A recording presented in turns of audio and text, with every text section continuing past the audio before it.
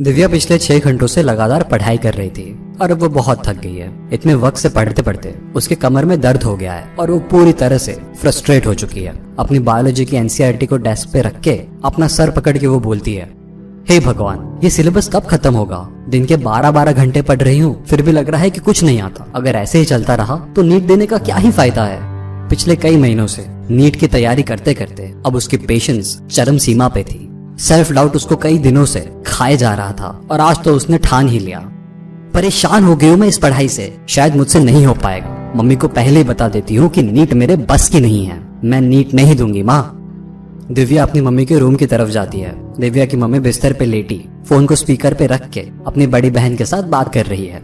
अरे हाँ दीदी, आज तो बहुत थक गई, दोनों पैर भी दर्द कर रहे हैं, बहुत सारा काम किया ना आज, झाड़ू पोछा बर्तन, और दिव्या के लिए उसके पसंद की खीर भी बनाई थी, उसमें थोड़ा ज्यादा वक्त लग गया। दिव्या रूम के बाहर खड़ी खुले दरवाजे की पतली सी दरार से सब सुनती है। घर में जवान बेटी होते हुए माँ क्यों काम करेगी भला, उससे करवा।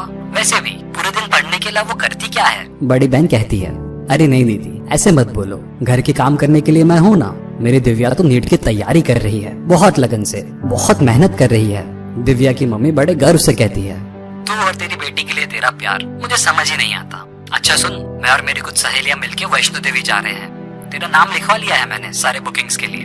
अरे नहीं दीदी, मैं नहीं आ पाऊंगी, अगले महीने ही दिव्या की कोचिंग फीस देनी है, बेवजह खर्चा नहीं कर सकती अभी, मम्मी बोलती है। ये क्या बात हुई? बेटी की पढ़ाई के लिए क्या तू अपने सारे सुख त्याग देगी? तेरे कोई मौज शौक बचे भी है या नहीं?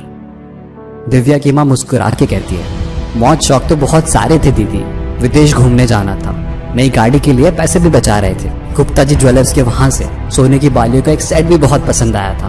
मेरे ये तो कह भी रहे थे कि चलना खरीद लेते हैं, पर जब से दिव्या ने बोला है ना कि उसे मेडिकल की पढ़ाई करनी है, तब से अब सिर्फ एक ही सपना है, दिव्या को डॉक्टर बनते हुए देखना। मेरे सारे शौक बाद में, दिव्या के सपने पहले। दिव्या दरवाजे के बाहर खड़े खड़े सब सुनती है और उसकी आंखों में आंसू आ जाते हैं। वो वहां से चली जाती है और अपने रूम में आती है।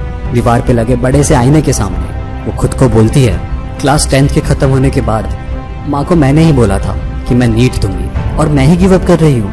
नहीं, आई वोंट गिव अप। जब एक बार कमिटमेंट कर दी, माँ को बता दिया, तो अब मैं पीछे नहीं हट सकती। माँ तू चिंता मत कर, तुझे फॉरेन भी घुमाऊंगी और तेरे कानों में सोने की वो बालियां भी सजाऊंगी। डॉक्टर बन के माँ मैं तुझे बड़ी गाड़ी में घुमाऊंगी। तो जब लगे ना कि नहीं हो रहा है, बहुत मुश्किल लग रहा है, अपनी माँ के सारे सैक्रिफाइसेस और एफर्ट्स को याद करना, मुझे यकीन है तुम ट्रैक पे जरूर आ जाओगे।